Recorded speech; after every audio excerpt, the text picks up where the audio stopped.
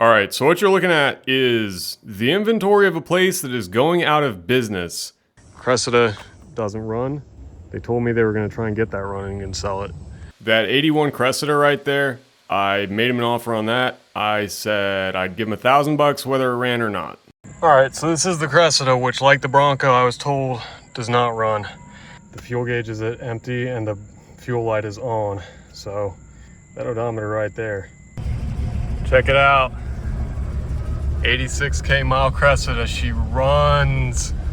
I said I'd give him $1,000 not running. It didn't run. I came, I put gas in. I had a hunch. All right, so this is the first drive in the Cressida. We're going to get tires because they're from 2013 and they aren't quite acceptable and my standards are pretty low. Car is really, really tight. My dad's behind me. As soon as we got out to get gas, he was like, man, that thing goes down the road straight, sits flat, sits level. 86,000 on the odometer. Man, this thing feels so incredibly tight. Engine feels tight, suspension feels tight. I've got some concerns with the fuel system, some concerns with the interior. Somebody cut the automatic seat belts out. I'm not sure what value that was supposed to add, but these front shoulder belts, somebody has brutalized them. I don't know why, but I'll have to address that. You know, the only difficulty there is parts are hard to find. I hope my brakes are good because this hill is way steeper than what it looks like on camera. Fortunately, the e-brake works. Yeah, cool car, tight car, seems to run. We're going to the tire shop. We're gonna drop this off. All right, so this is second drive in the 81 Cressida. Now that we've got tires on it, I just continue to reiterate the unbelievable tightness level of this car. Oh, the fuel gauge is reading now for the first time. All right, so we're home in the 1981 Cressida. This is our first post-receipt inspection. This paint will clean up fine. This stripe, that's got to come off. This black, hopefully we can doll that up a little bit, get it shinier.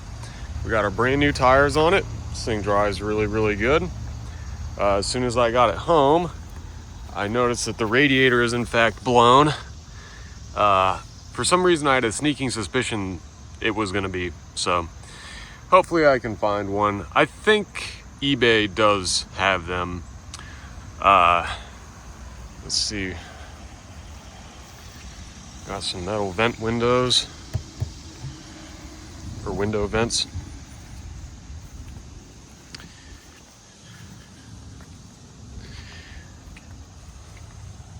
Missing our antenna. Our radio actually works.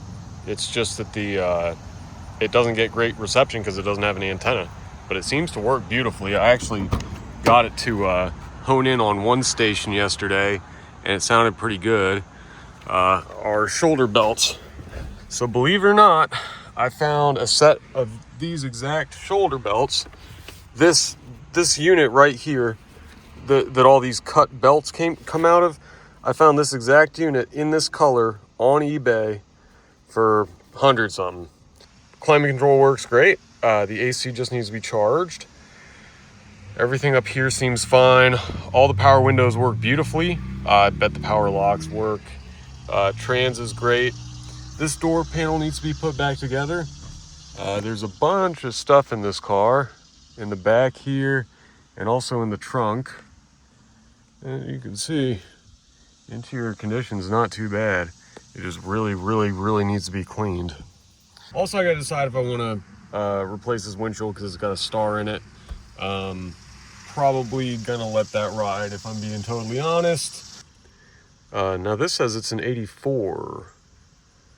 I thought the title said it was an 81. I really hope the title is to this car. Yeah, this is an 84.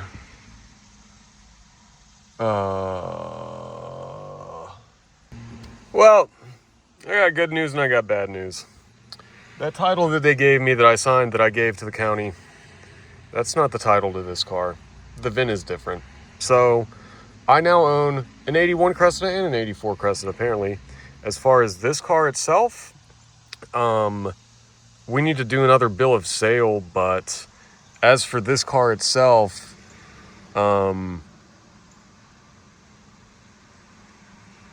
it's an 84, so it doesn't need a title in Georgia. We're in discovery mode here with this interior. If you think there's a lot here in the back seat, there's just wait till you see the trunk. I wonder if that's to this car. Kind of looks like it is. It looks like, I bet that 81 Cressida they gave me the title for, I bet that thing was a parts car that they harvested for this and sent that off to the wrecker. So we got spare glass. I'm telling you, the more time I spend with this thing, the more I'm like, this might be Cars and Bids material. Bring a trailer. Something like that. This is a special car, period. I'm not letting anyone tell me anything otherwise. This is for that door, so we're gonna start arranging our pieces.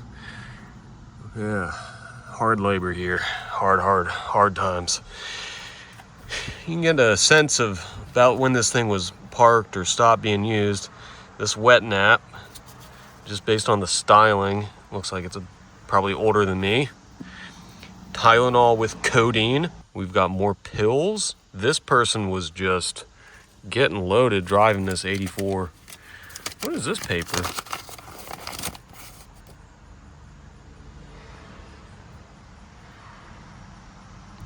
It's from 2016. Oh, it's from it's a script. Because you remember these were all movie cars.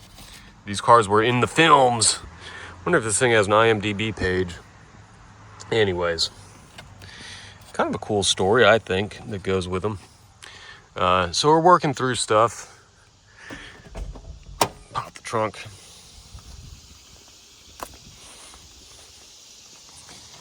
That's the mark of a good Cressida is the interior popper for the trunk still works. It's pretty nice back here. Well, it's really not. I mean, it's not like it's I don't know what I meant to say. Oh, there's all the shit for the antennae. Okay. Wonder if we could find a replacement one of these. Look how clean that motor is. That looks like it just came off the damn Toyota assembly line in 1984. I ain't never seen nothing cleaner in my life. We got the all the original jackage, original lug wrenches and stuff. Very, very nice shape. This car, this needs to go on the internet. I'm saying. Maybe we won't use that. Or them. Do we need to use it? No, we don't. We do not. This stuff probably, I don't know, if there was a parts Cressida, there's no spare for this thing. Oh, the ants. Okay. We can doll this up. Yeah. We can get her looking good. What's in here? More secrets?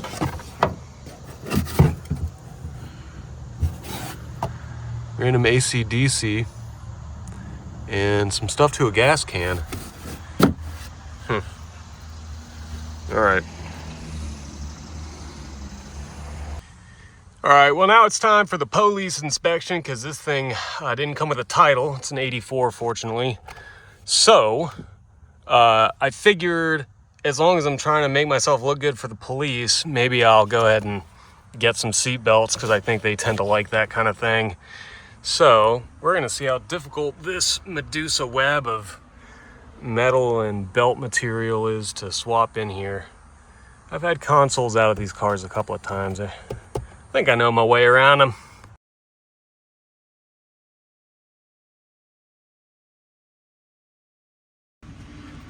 It's hard working in this interior because it's just so damn nice.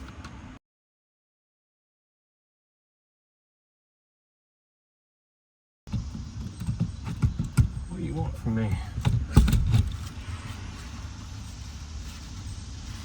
Check it out. Get a few stray cat hairs out of here too. You know, I really do not have any good explanation for what could cause a person,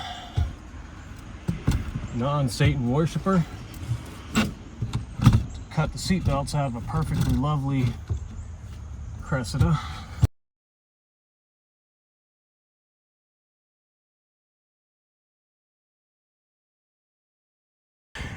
All right, new seat belts installed.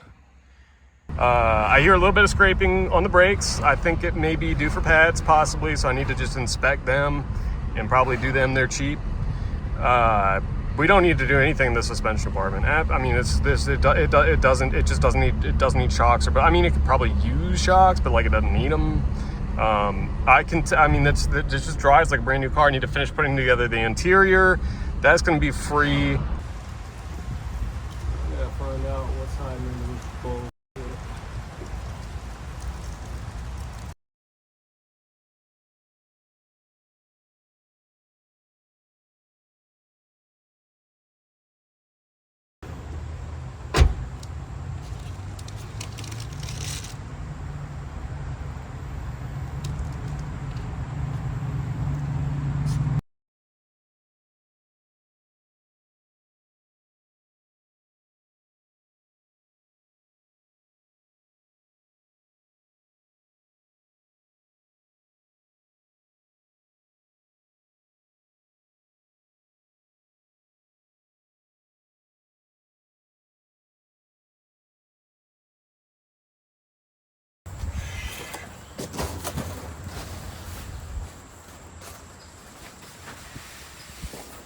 Well, we know our radiator's bad.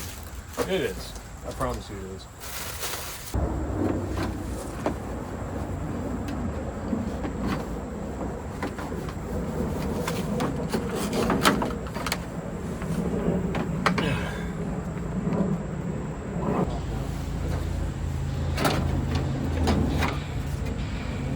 Part 1 complete. That is a classic. You're willing to bet you that was the stock radiator. All along here. Leakage.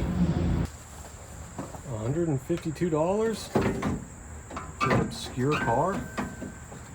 Moment of truth. Well, now that, how's that gonna work? So we're gonna be, okay.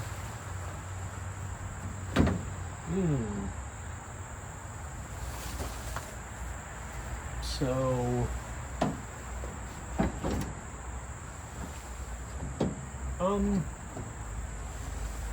ish, I think. I bet we can dial her in closer than that Montero.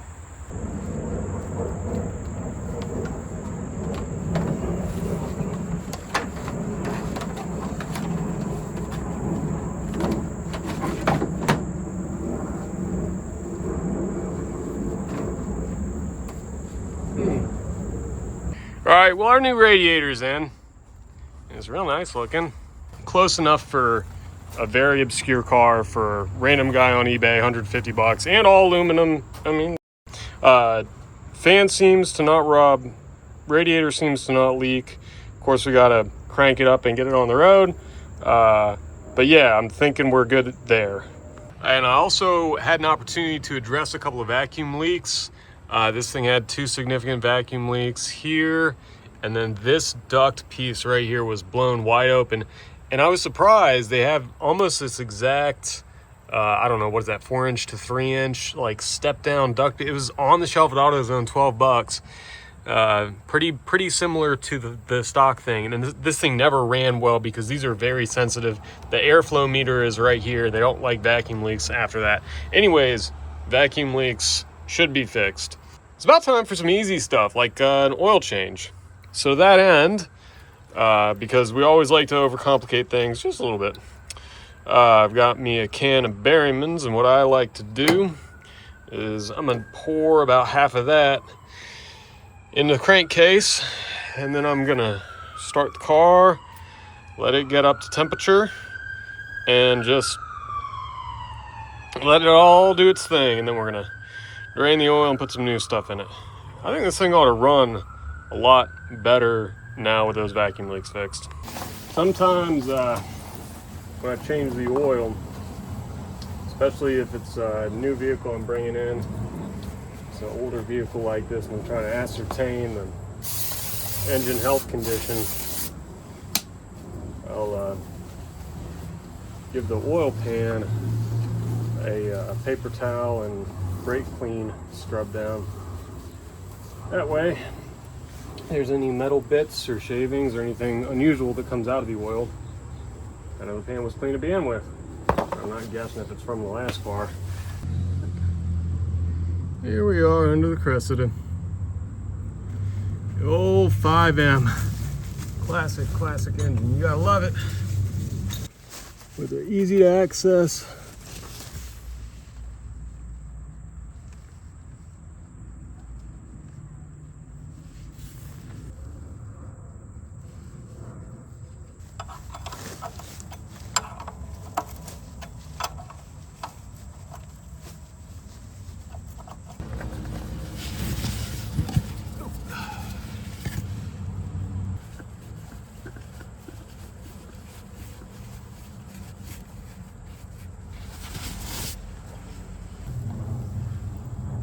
This right here, main oil drain.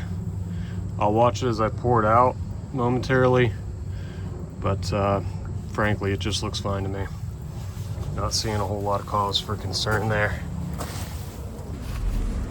This is the pure synthetic, apparently. Pours a lot easier than the regular nonsense.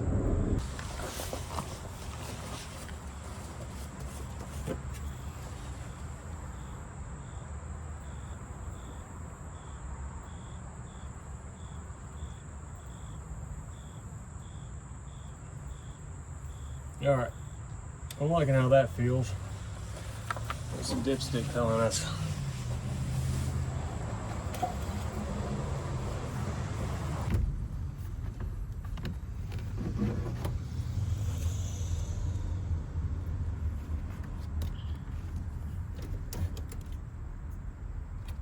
Honestly, not sure why they took any of this apart in the first place. The vapor barrier on this thing is gone. This had a vapor barrier on it. That's all right. We won't tell nobody about that.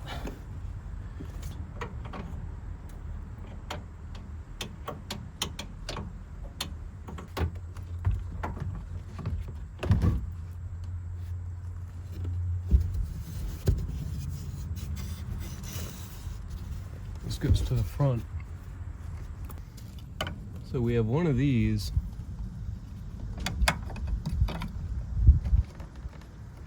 We need a screw for it. We're gonna do the best we can for her.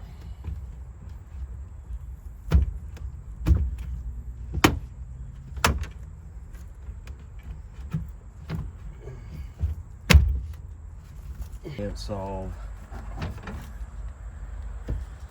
in short order, I don't think.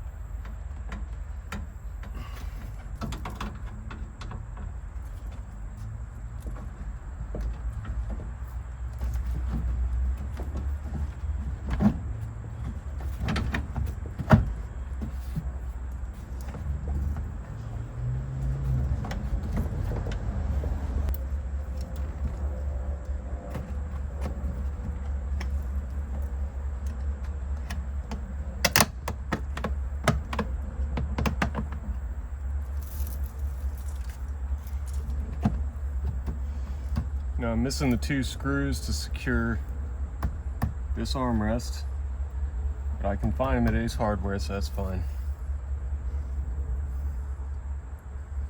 I'm also missing the screw for this. But for illustrative purposes and to go ahead and move on with getting our interior cleaned up. I had done this first. Ooh.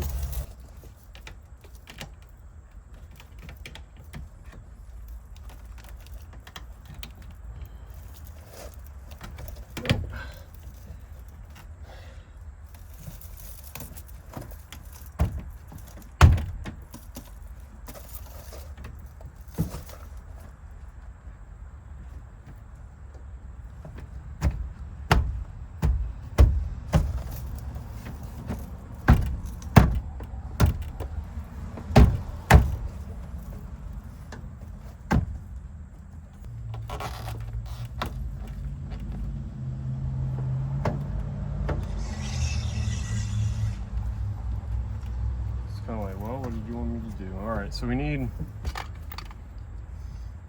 a screw for this. Need 2 screws for this. Well, truth be told, I don't think that I really want to videotape myself cleaning this place up. So we're just gonna start with this. Here's your before shots reel.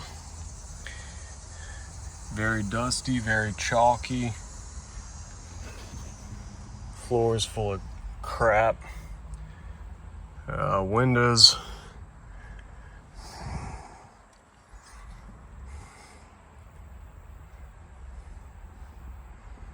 Yeah.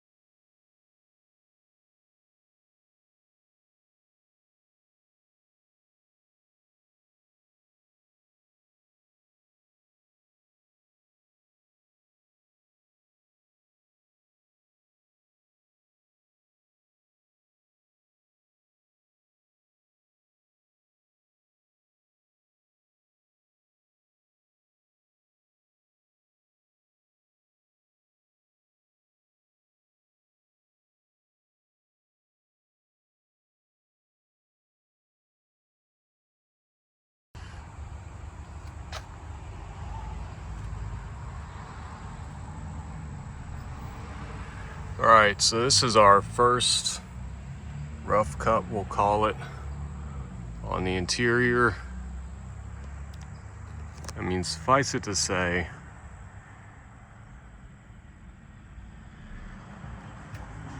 it came out all right.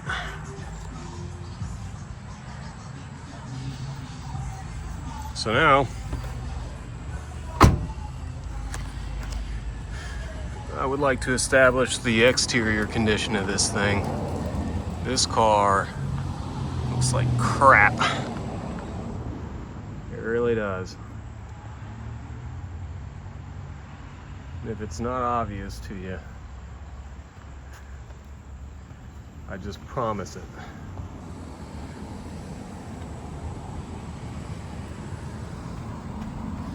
Oh, that's like that. Now it's fixed.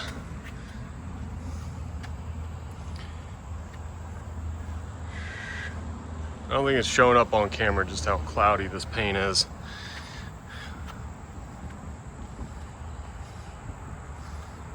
Just looks like an absolute poor person ride.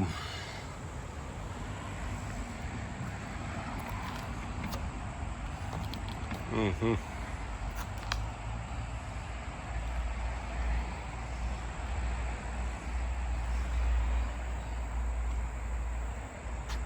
All right. I got enough time to wash a car today. Not a whole lot else. We're gonna at least do that.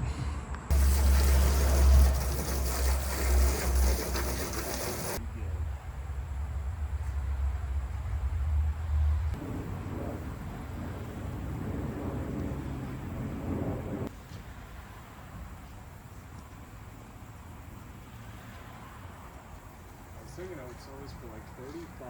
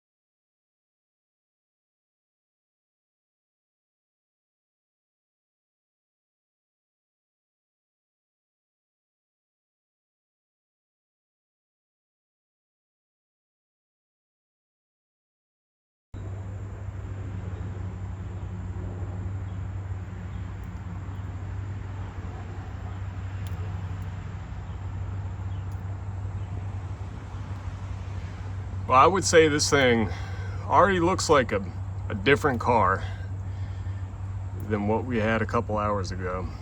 All right, it is the next day. Here we are in the full sun, kind of hard to tell a whole lot. But the car looks good.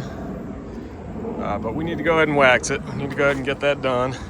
May also try and shine up these bumpers just a little bit. Well, the driver's side is waxed. Passenger side is unwaxed. And honestly, I can't tell any damn difference. It'll make a difference. It will. So there's our post wax.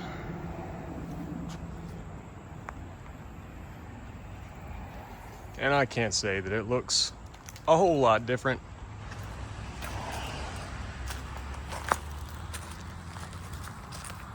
Maybe a little bit better, a little bit shinier.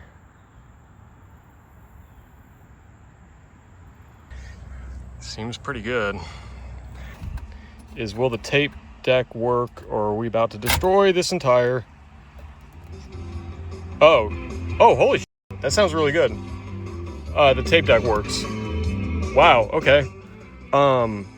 Big news. Wow.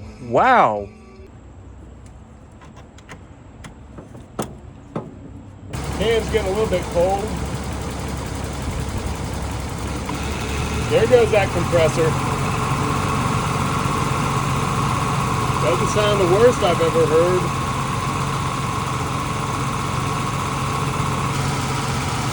Oh yeah, it's nice and cold in there. Our work is done. All right, well, I've been driving this thing around this afternoon, running errands, picking up stuff to complete the list. Listen to that fuel pump. I don't know if that'll pick up real easily. That fuel pump sounds like ass. Probably it'll run a little bit better if we get a stronger fuel pump in there.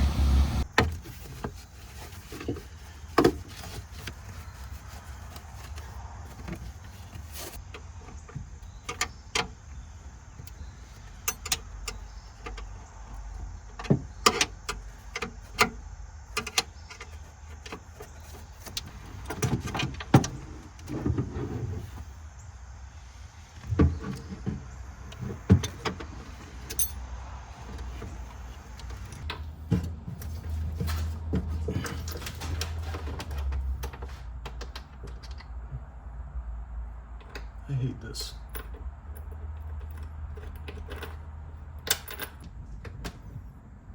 Oh, it finally caught on something. How about that? Would that work?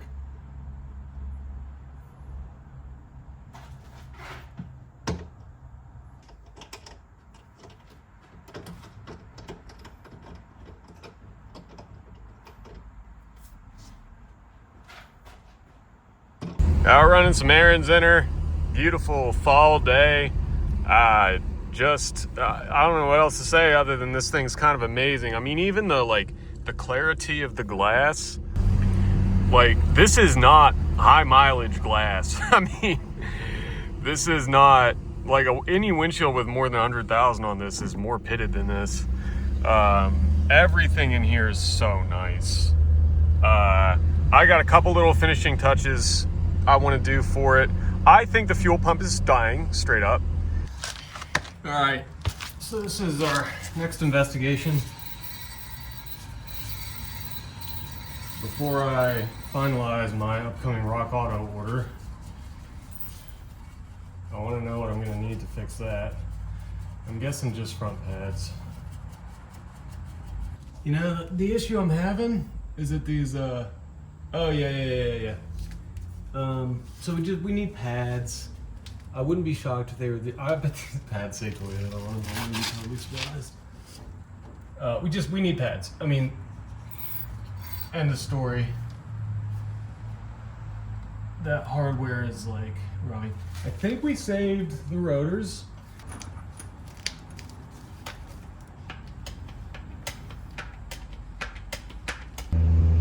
So here's like my next dilemma with this thing. I know just how well it would look with all these bumpers and a few other black items painted, windshield wipers, mirrors. What I'm struggling with is this band of chrome around this bumper. How do I mask that off? Right? Unfortunately, I'm thinking, I don't even know if I have the skill to mask that off if I wanted to. So, I hate to take this thing's virginity any more than I already have, but I'm thinking I might just spray on over it.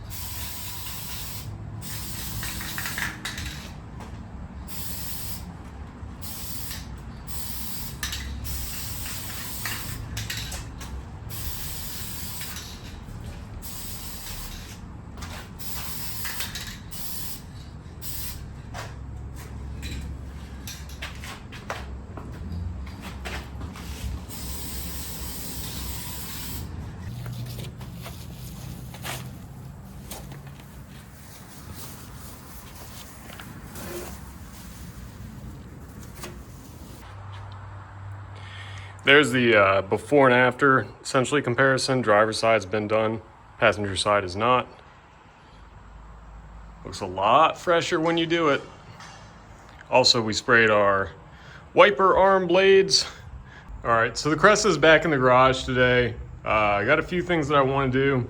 Basically, for one thing, the thing that's stubborn about this car, I can't quite let go, is it does not quite run right. Particularly at idle, particularly when it's cold, when you just first start it up. I can tell this thing is gasping for fuel. I don't think it has a vacuum leak.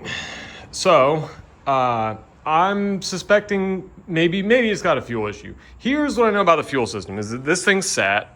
The gas in the tank when I found it was terrible and is mostly still in there. The fuel pump whines terribly, especially when you get it hot, and it'll be easy to replace because it's an external inline fuel pump. Seems like a silly design, probably part of the reason why it doesn't last that long, but anyways. And of course, if you're doing all that, why would you not do the fuel filter? So to that end, I think my plan today is that I'm gonna drain all the old gas out of the tank. I don't know what I'm gonna do with it. We're gonna come up with that plan on the fly. I'm gonna put new inline pump in it, and I'm gonna change the filter. So that'll be our fuel system refurbishment. All I'm doing here is draining the fuel tank. You know, when I first got this thing, it reeked of bad gas. And I put a little bit of, fresh gas in it at times to try and dilute that.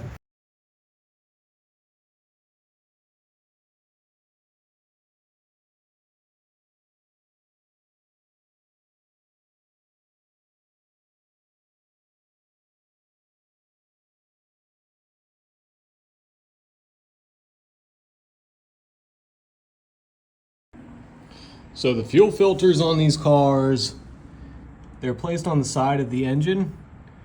I'm not gonna have an easy time getting it to focus there. It's that thing there that my fingertip is touching, that like black canister. That's close as we're gonna be able to see it from here. I've done them before. They're not impossible, kind of pain. So with our new fuel filter installed, we have completed the refurbishment of the fuel system. Just hope it doesn't spray everywhere when I put it all, crank it back up. As long as I'm down here, I want to go ahead and just drain the trans fluid, whatever the hell's in there. And I don't know how much, is that trans fluid? Or is that's not the engine, is it? No, it's not. I was legitimately like, for a minute there, that was a legitimate reaction. That smells like pure, well, it smells like trans fluid. But it looks like motor oil. It sure does. It really, really does. So, I have to say, I'm not regretting this decision so far. Looks like straight up motor oil. If you give it a sniff, it's like, yeah, that's trans fluid. Okay, so it only drains like, what's this gonna be? 2 or 3 quarts probably. So, yeah, hell, we did what we could. Maybe the fluid will look a little bit redder now. Honestly, the trans shift's great. It really does. But I think this is smart. It's like just over 2, I think. And I personally am comfortable eyeballing it.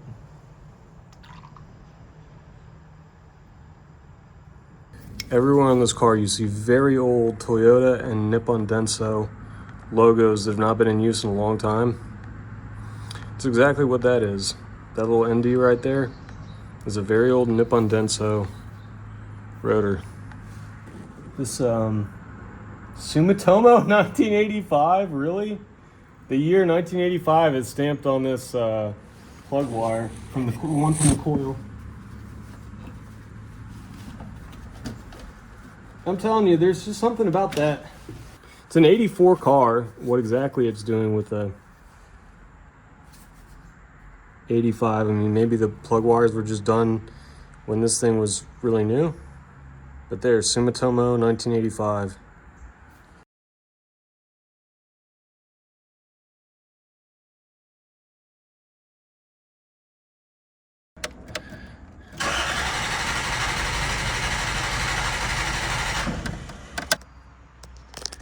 What about this?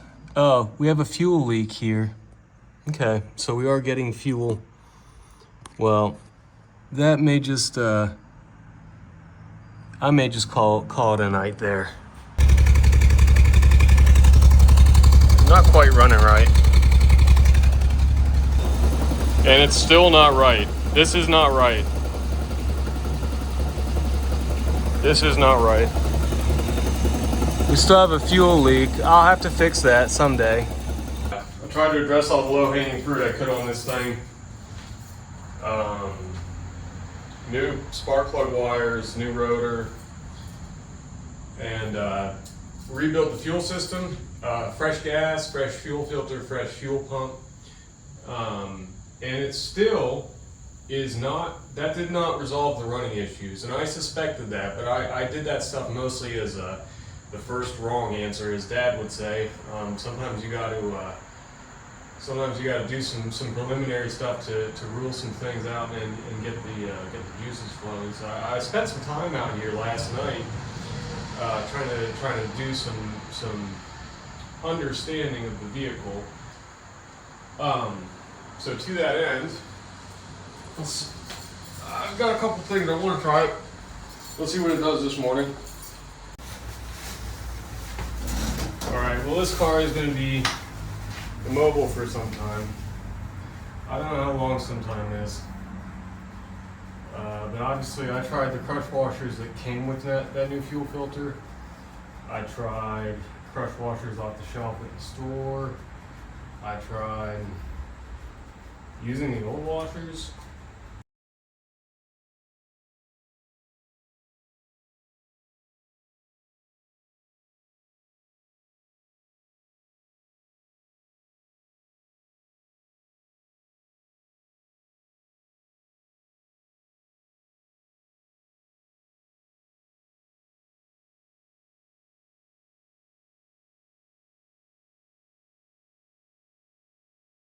It has a running issue.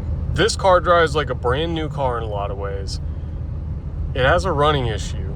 Well, now here's one suspected reason why our pump is whining. But you see, and it's really more obvious in person than on camera, that suction hose for that pump is quite kinked. I also sort of suspect that in the tank itself, the strainer could be clogging. So my question is, can I attempt to replace this hose without dropping the tank? I don't have access from the trunk unless I cut a hole.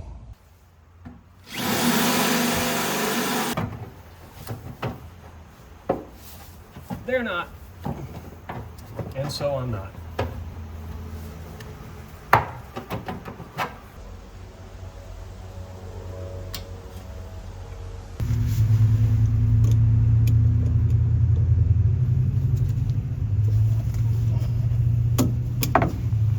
Now this side is on way too good.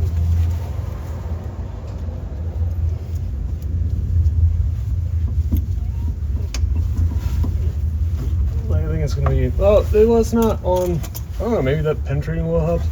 All right, time for me to start drinking. Or maybe not. Yeah, we're drinking. We're drinking. We're drinking. All right, this piece of see if the store can cook us anything up. All right, so yeah, so the line is it's on there. It's not on there like securely, really, but enough for our testing purposes.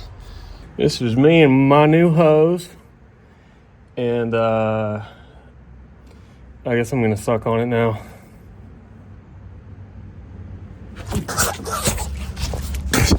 Okay, all right, suction's clear. All right, well, I took a very light pull on that hose, and man, the gasoline, it really stings. So anyways, it felt really, really open, and it didn't take any effort at all to just suck the gas right out of the tank. So I'm gonna go ahead and declare that from here into the tank, we believe we're fine for now, and we're gonna go ahead and reinstall this hose and see if the car acts any different. All right, now with the new fuel pump suction line installed, the moment of truth is, will this thing finally act any different? Bearing in mind, it will take a while to prime.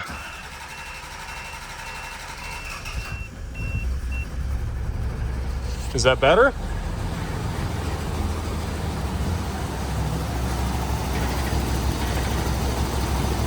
I mean, it's cold.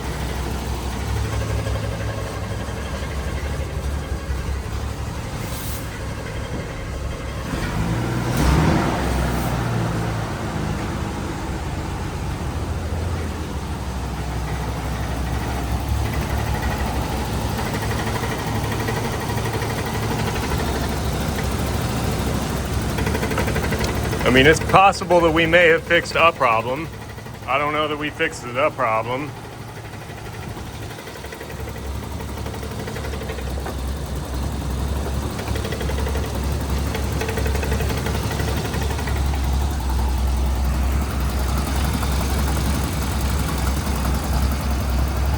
Yeah, I mean, it still idles low.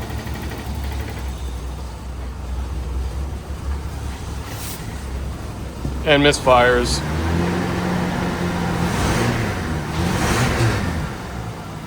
And it revs just fine, which almost implies that fuel delivery was never a problem to begin with. But then it gets to idle and it just chugs.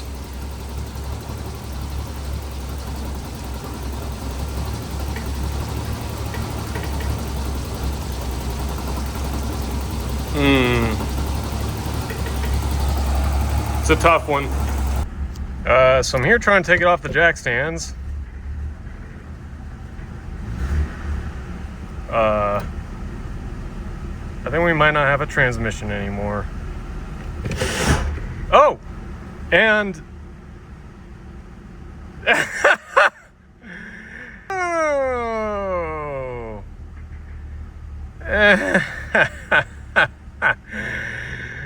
And there went all my money.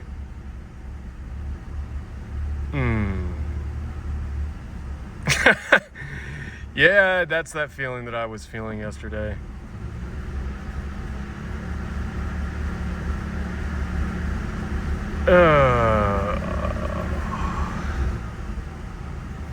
Well, darn.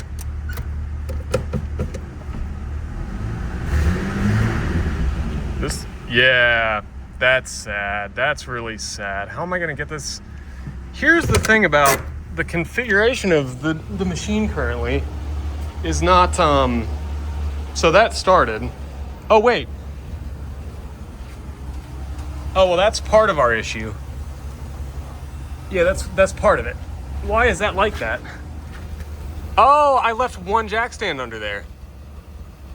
Oh, okay. Okay, all right. So... All right, well, this car, it's about ready for me to put it up for sale, but it still does not run right, and I still don't know why. It seems to run bad cold. It seems to have a hard misfire under load. At times, it's worse when it's cold. And right now, it seems to only run well with the ignition timing way advanced. All those symptoms combined, they're not real conclusive. So, now here's the thing, and here's part of the reason why I feel like this is difficult. Number one, I have no check engine light. Number two, I've redone the fueling system pretty much up to the injectors. The path from the tank's clear, the pump is new, the filter is new. I think my fuel system is fine up to the injectors, or maybe the regulator. So fuel injectors is a potential issue. Ignition, cap's new, rotor's new, wires are new. Coil and igniter, I have swapped out with a known good from a different car, and it acted exactly the same. So from the coil igniter all the way to the spark plugs, that's all sat. The only thing I haven't done is the spark plugs to that end. So possible fuel injectors, possible spark plugs. I'm gonna have a smoke machine today. I'm gonna test for vacuum leaks. Lastly, could it be something with the timing belt? This is a timing belt car. This is an 84 car. That's 41 years. This thing has not even hit the first interval for timing belt replacement at 86,000 miles. So it's possible the timing belt's original. And could it be stretched? Could it have jumped? And then injectors on this car, the entire fuel system is really kind of buried. There's a lot of things about this car that's very easy to work on. As soon as you get into this region, the fuel and air space, everything becomes, difficulty mode hard. So, cylinder number one, what's that looking like? High 120s. Cylinder number two, compression, 130 pounds. Cylinder three, got it up to 140, but I crunk it longer. Honestly, I didn't crank 1 and 2 for very long, so I think honestly, they probably would have gone up to 142. I didn't turn them over much at all. Cylinder 5, I crunk it a little longer too, got up to 150. And cylinder 6, cranked it for a while, 150. Yeah, I mean, this engine always sounded like it had good compression. I think it does. That maybe slightly lessens the chance of a valve timing issue. As far as our old plugs, this is them. I don't think they look terrible, to be honest. Gap on them's a little too tight, but other than that, they look about right. All right, moment of truth. Is this thing suddenly just fixed?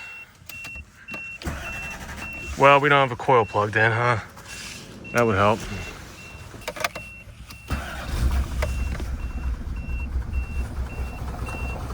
Nah.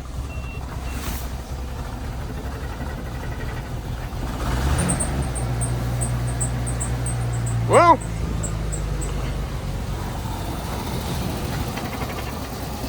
yeah. The answer is no. That is not supposed to be like that.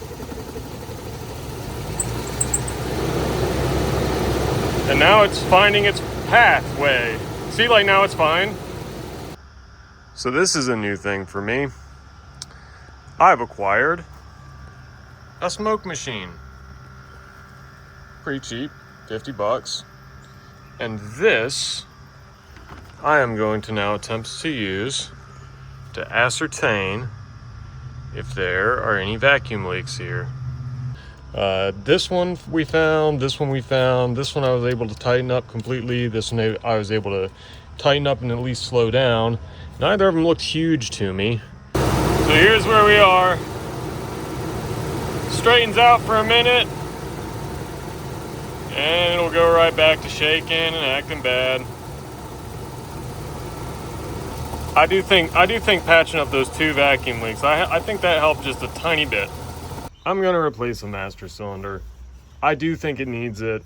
The symptoms are pretty intermittent. I could probably get away with not doing this, but it's called doing the right thing, I guess.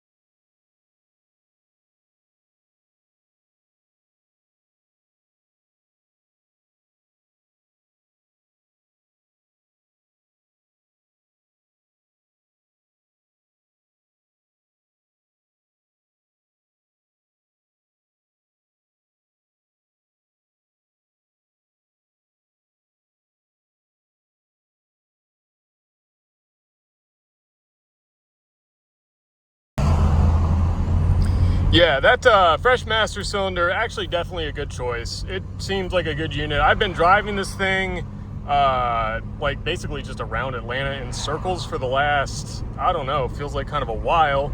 Yeah, I've been out here in this thing a while, just kind of shaking it down, just trying to like understand it a little bit more. All right, here it is. I think it's a little bit better than like usual right now, but you hear them, those pops, and then they stack up. And when a few of them stack up in a row, that's when you see it, you can see it visibly jump, right? And it's just always gonna do that. Yeah, saw that? It'll do that, act like it's gonna die.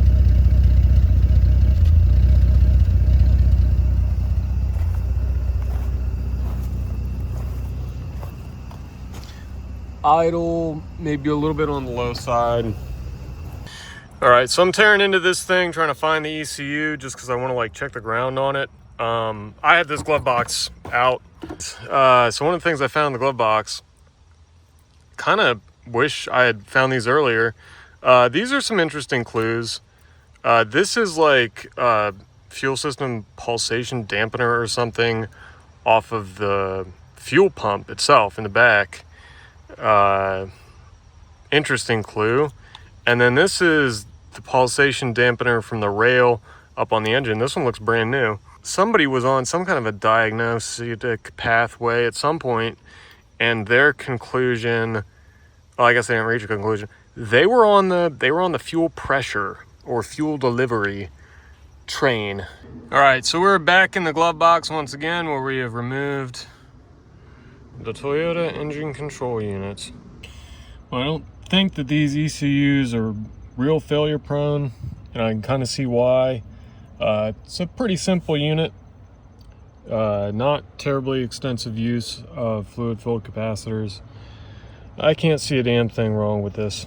Maybe I'll pop the back cover here as well and look at the back of the board, but I don't see anything visibly wrong with this. All right, so I'm working through my checks here. Airflow sensor checks out set. Coolant temperature sensor checks out set. Cold start injector switch, basically a coolant temperature sensor, also checks out set. TPS is fine. I'm gonna maybe attempt to check the O2 sensor while it's running. I don't really know if I can get a good check on that. The ECU passes visual inspection and it's grounded. Igniter is grounded well. All the fuses have continuity. I'm going through and I'm just ruling stuff out before I rip into this whole intake and fuel delivery system. All right, well, I think with that, I have all the information I need to know that I just need to tear apart this intake, get down to the fuel injectors. So we've gotten the throttle body out of the way. It's kind of gross looking, could probably use a cleaning. Does kind of reek of old gas. So we know fuel contamination could be a factor with this vehicle. Well, I am down to the fuel rail with a broomstick in my... I'm down to the fuel rail. I've ohmed out all the injectors. And they all ohm out just peachy. Even the cold start. I'm this deep in and I still have no smoking gun as to why this car isn't acting right. And then I gotta figure out what I'm gonna do with these. Maybe I should find somebody to clean these on an ultrasonic. Maybe it's time for me to buy a fuel injector cleaner. I don't know how you clean fuel injector. I don't have the capability to clean fuel injectors myself. All right, so this is my low buck fuel injector testing and refurbishment center. And I got number 6 on the stand here. I'm not really having a whole ton of I've never attempted to manually do anything with fuel injectors. All I've ever known to do is ohm them out and replace them if they ohm out bad. These all ohm out beautifully. They all seem to, I'm running them off a 9-volt battery here. They all seem to run fabulously from an electrical standpoint. Okay, so what I'm trying to do is I'm trying to open them with the 9-volt battery, and subsequently I spray carburetor cleaner in through the inlet once the unit is open. I'm having varying degrees of success. This is my number 6. This is the best one that I've got, and if I hold my I gotta kind of do a thing where I stick the needle of the spray can down in this hole, and then I pinch it to kind of hold the pressure in. And if I do all that and spray into this one, I can kind of get a stream coming out the other end. Some of these, they really fight me. You gotta really try to get anything to come out the other end. This one is, I would say by a pretty good margin, this one is the best one I've got. So you can see what's coming out of these, and it's not pretty. And when I first, on pretty much all these, when I first get that first couple of drips of carburetor cleaner spray through there, it tends to be almost black, and there's all sorts of swirling sediments in there. That you can see. I don't know if that's just par for the course, but here is my sort of what I'm suspecting is that this car is just a victim of sitting, pure and simple. I think that this car sat for like 10 years, but my conclusion that I'm potentially coming to is that clogged, just varnished, just full of varnish. All right, fuel injector number 1.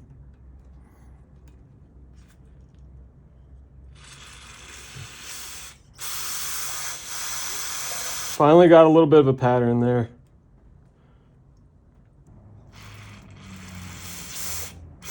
Yeah, finally getting a little bit of a pattern. Interesting. I think that's the most I've ever gotten out of that one.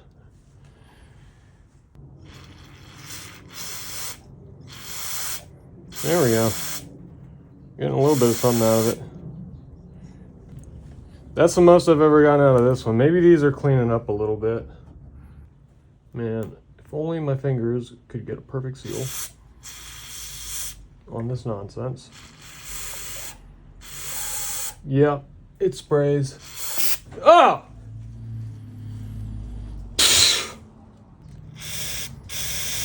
Yeah, that'll do a stream. Very directional. Is that because of the way I'm spraying? No, that's just because that's all it's got. Very directional. This was the one that I had been saying earlier was the best. Number 6. Is that visible? Not really. Yeah, this one is the easiest. This one, you hit the can, it goes through. Yeah, that's different. This one, I hit the can and the spray goes through. And it's better, it's strong. It's still split in two, kind of like the... All right. Number 1. Yeah, I'm trying to spray and it's... Yeah, there we go. I finally am getting something out. But I gotta really sit here and spray and it's not... Now it doesn't want to cooperate.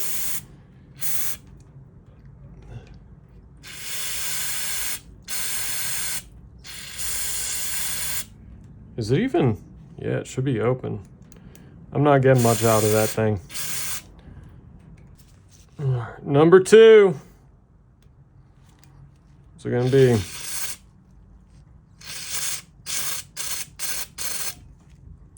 Yeah. There we go. Finally found a groove after a minute. It's kind of a shaky little spray, but that might just because my spray can's dying. Now this is an injector tester that I bought on Amazon. And it was really cheap. I want to say it was $26. And it's something you got to work with. Evidently, people say it's the reviews are mostly positive, but this is it's doing a lot for you, really, for not a whole lot of money. So you got to kind of work with it just a little. Essentially, we electrically connect it with these leads. You got to kind of hold everything together. Now the injector's pressurized, and we got to hit pulse. Well, can you? Oh God, that was kind of annoying. I want to do continuous pulse then.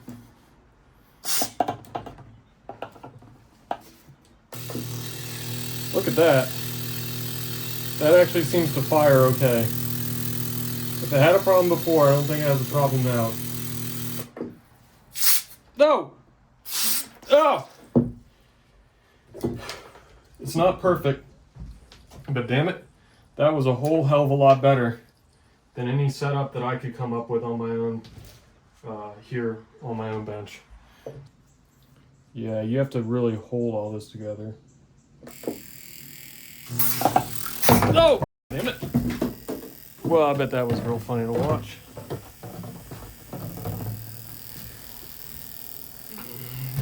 We're here for entertainment. Oh, here comes the clown show. Oh, God. Why won't you? Oh. There it goes. Oh, stay put. Oh, I hope y'all see that. Oh, whew. Stop. Whew. Well, these injectors, they work.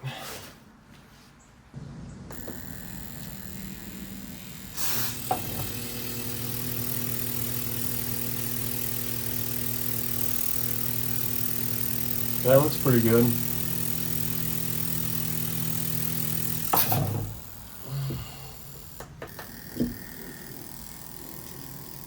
Safety glasses recommended, I'll say that. Wait a minute. That was dead, isn't it? What am I seeing here? Come on, you bastard. Oh. Stop it. Stop it. Stop. No. There it goes. All right. Okay, we're going inside. I'm gonna wash my face down before I do not answer, and I'll be back momentarily. Well, that particular one, that number 4, it started out a really weak stream and then it was fine. Maybe it was completely clogged and our thick Poe just opened it right up. All right, ready for the moment of truth. So you hold it like this as good as you can. Pulse. That one's nice and easy. That's a beaut. Number 5. Number 6 is nice and easy.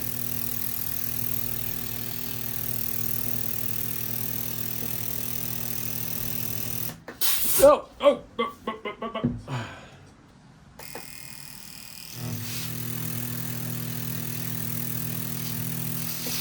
Stop.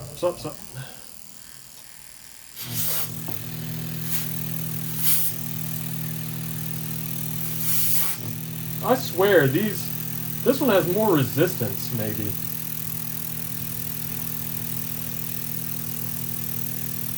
Or am I making that up? I feel like some of these are harder to do than others.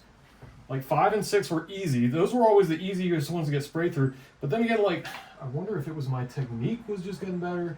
But then, like, with this, I feel like that number 1, I feel like it takes more pressure.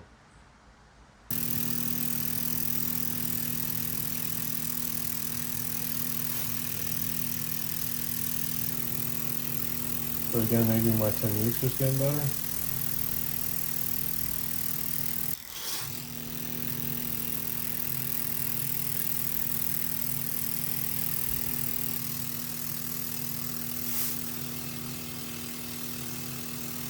All right, so today is fuel and intake system going back together day on the Cressida. As you will recall, about a week ago, I disassembled this whole Cressida intake area to go ahead and blast everything out with some carb cleaner. And it seems to me like those fuel injectors may have been clogged. I'll be very happy if we have a nice running Cressida at the end of the day. Very happy would be a bit of an understatement, I think. Well, this whole system right here, it's like I've been telling people, Cressidas are pretty simple beasts. I may have already said it once before here. They're pretty simple beasts. But 84 was, I think, year 2 of fuel injection at Toyota. This was their very first generation fuel injection system. And you kind of got to give them some credit. They didn't know what the hell they were doing. So all of the complication of this whole sophisticated EFI early 80s beast is packed into this shoebox-sized area. And I know pulling an intake plenum off a car normally is not rocket science. And for a real mechanic, I'm sure even this wouldn't be. But with all these crush washers and all these vacuum lines and electrical connectors and grommets and gaskets and seals to go wrong, I mean, I'll admit I'm intimidated. I don't have any problem admitting that. One of these boxes came with this nice diagram, which all the hell this does is make me even more scared than I already was. Thank you very much. But anyways, let's take a look at what we got. So we got this is a new fuel pressure regulator. Probably not bad, but as long as we're in here, we're going to replace that. That's that thing. So new fuel pressure regulator, new intake manifold gaskets, because you got to have those. These are all the O-rings for the injectors and grommets and stuff, and also throttle body gasket. This is a new pulsation dampener for the fuel rail, because what the hell? One new connector for the connector for the number one fuel injector is broken. And then this high pressure pipe. So this is the pipe that comes down from the fuel filter right there, and it winds all the way around here. Well, when I had done the fuel filter, I realized that pipe was bent. So I think one of the first things that I'm gonna do is I'm gonna go ahead and remove that fuel pressure regulator and fuel rail, and I'm gonna install the new regulator on the fuel rail, and I'm also going to clean the fuel rail out liberally. I'm gonna probably break the fuel system right there at that line, or I could also probably use that as my test point, and I'm gonna flow a bunch of fuel from the tank by basically you have to hold that airflow meter open is a little trick to get the car to pump the fuel. But I'm gonna pump a bunch of fuel, as much as I can, through either here or there, and just see what the quality is of what's coming out of the tank. Pressure, flow, appearance of the fuel. Is it contaminated? Is it full of shit? I'll flow a bunch of it into an old Ocean Spray cranberry juice bottle, and that'll be one of our surveillances of the morning. So, okay. Yeah, first orders of business. I want to remove this fuel rail to clean it out and install the new regulator, and do my fuel flow test. Those are number 1 and 2 priorities. All right, so we're making some progress here. Number 1, got our fuel rail rinsed out, cleaned up, refurbished. New fuel pressure regulator here installed.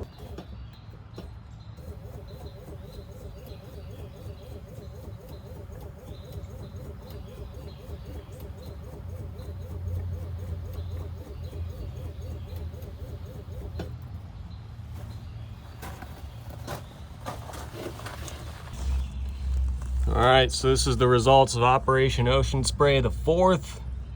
You can see there's like, this one doesn't have like any crack rocks in it, and it's pretty much clear, and it kind of looks like gas and kind of smells like gas.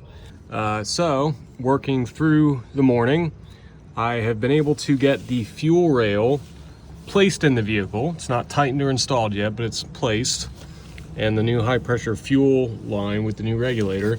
Again, it's not installed or tightened or anything, but it's placed. So it's taken me all morning, and I've literally loosely placed a fuel rail and a high pressure fuel pipe into the car. Yeah, so this job right here, this is kind of like walking a tightrope.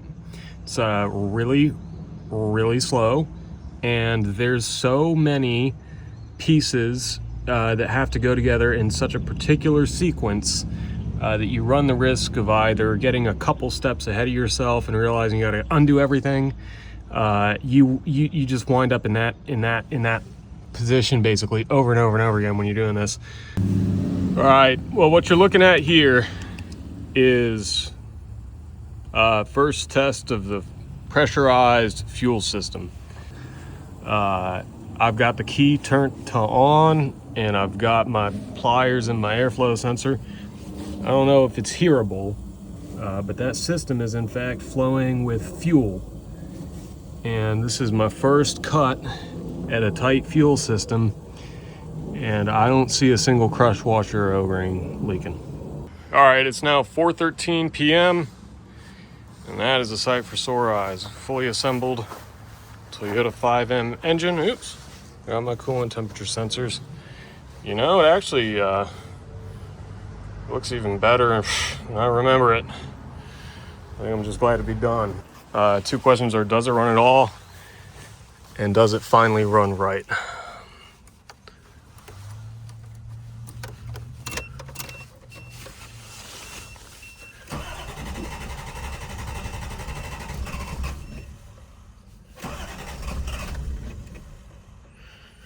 It'll run, I think.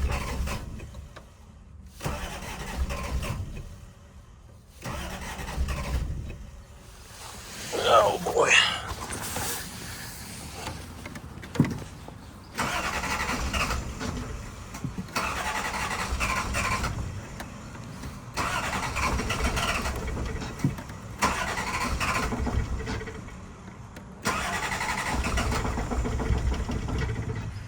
It's getting closer.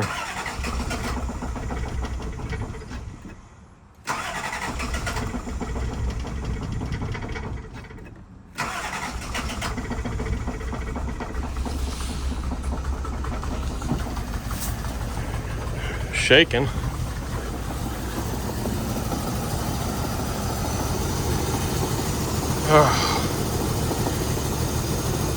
Well, it runs. Maybe it just needs some time. But right now it doesn't run. I don't think any better than it ever did. It might. It actually might. It ran pretty poorly. I don't have any antifreeze in it. So we need to go ahead and put that in if we're gonna be serious. It might run a little bit better.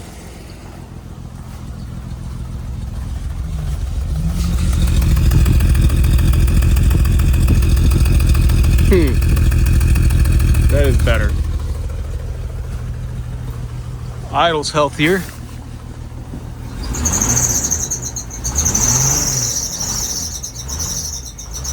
I almost feel like I got one dead cylinder.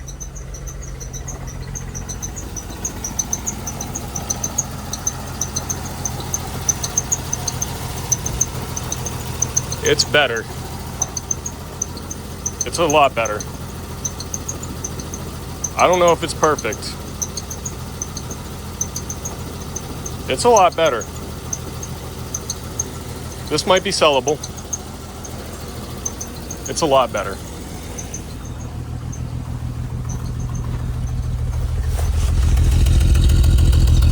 Yeah. It's totally even now. Something's not right. Something's not right. We got one dead one. We're gonna start pulling spark plug wires and figure out what that could be. I think we got one dead one. Lord, tell me I plugged all these fuel injectors in. It's smoking a little bit.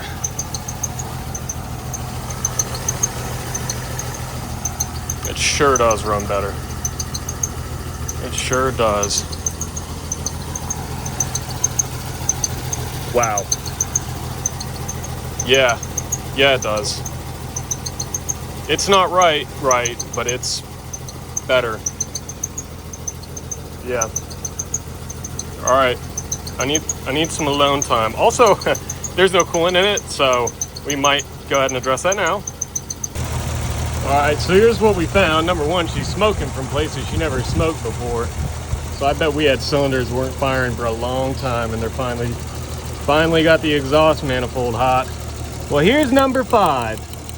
This is the only one that's like this, but the car does not care if I take that spark plug on or off.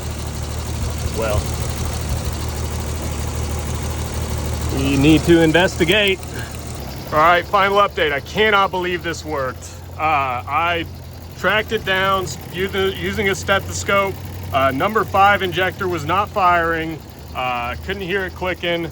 Tapped on it a few times with hammer and screwdriver. All of a sudden, the engine is completely just still. And the clicking is back and loud with the stethoscope. Guys.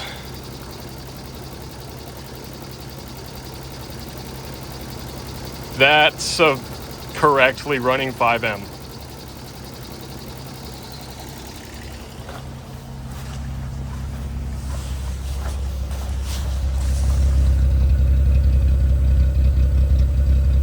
It's good.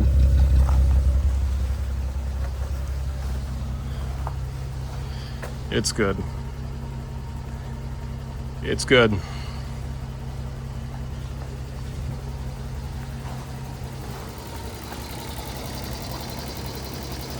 Boy, I want to talk about a sight for sore eyes.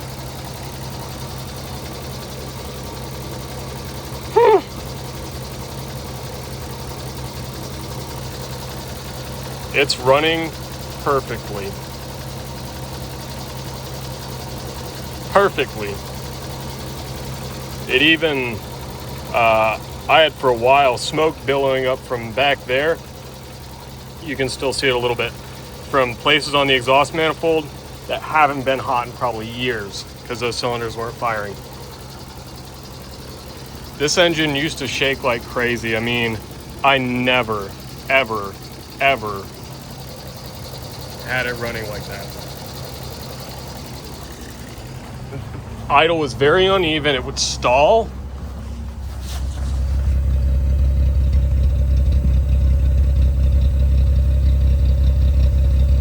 Yeah. I'm gonna take it for a spin. Oh, man. Wow. Boy. That was a good, solid day's work. That was an entire... That was a full work day. Just getting the injectors back in. I believe this unit is cleared for sale. I think we got this one solved. That was the very last thing on my to-do list, was to get it to run right. It needs to be washed one last time for the internet. So I think I might have time left this afternoon to do that. And maybe even photograph it. This is it, baby. I think I might take myself out for barbecue tonight. All right, so the Cressida sold quick. I think I put it up on a Thursday and it sold on a Saturday. I took $4,400 for the car. Okay, I took $100 off. I paid $1,000 for this car. I spent $2,400 to refurbish it. I have absolutely no clue where that money went. I have a spreadsheet with all the numbers, and they still don't make sense to me. But somehow I spent $2,400 on this car. I honestly don't know. I have all the numbers sitting in front of me. I still don't understand it. I asked $4,400 for this car. Okay, this car does not have a title. It's perfectly registerable in Georgia and maybe some other states, maybe lots of other states, and maybe you could get a title for it. I don't know, but I'll just say if this car had been clean title and like go forth, man, I wouldn't have asked $4,500 for this car. I don't even know if I would have done a local sale for this car. This thing was so special. 86,000 miles on an 84 Cressida, and just to be completely original, I tore so many OEM parts out of this car. It ain't even funny. I remember I almost saved the original radiator cap from the damn thing because it had that old Nippon Denso logo on it that you never even see that stuff. And I knew that was from this car in the factory in 1984. But the rubber was cracked, and I ultimately said, well, no, I'm not. I can't be a hoarder. I got to throw it out. But I just had moment after moment like that with this car. This car, I struggled. That EFI diagnosis, but the whole journey, I felt like I was, climbing the mountain, like climbing Mount Everest of Toyota EFI, and I got to see so many sights, and I learned so many things. I do it somewhat for money, but I do it also somewhat for Cressida. I love lamp, and Cressida is my lamp.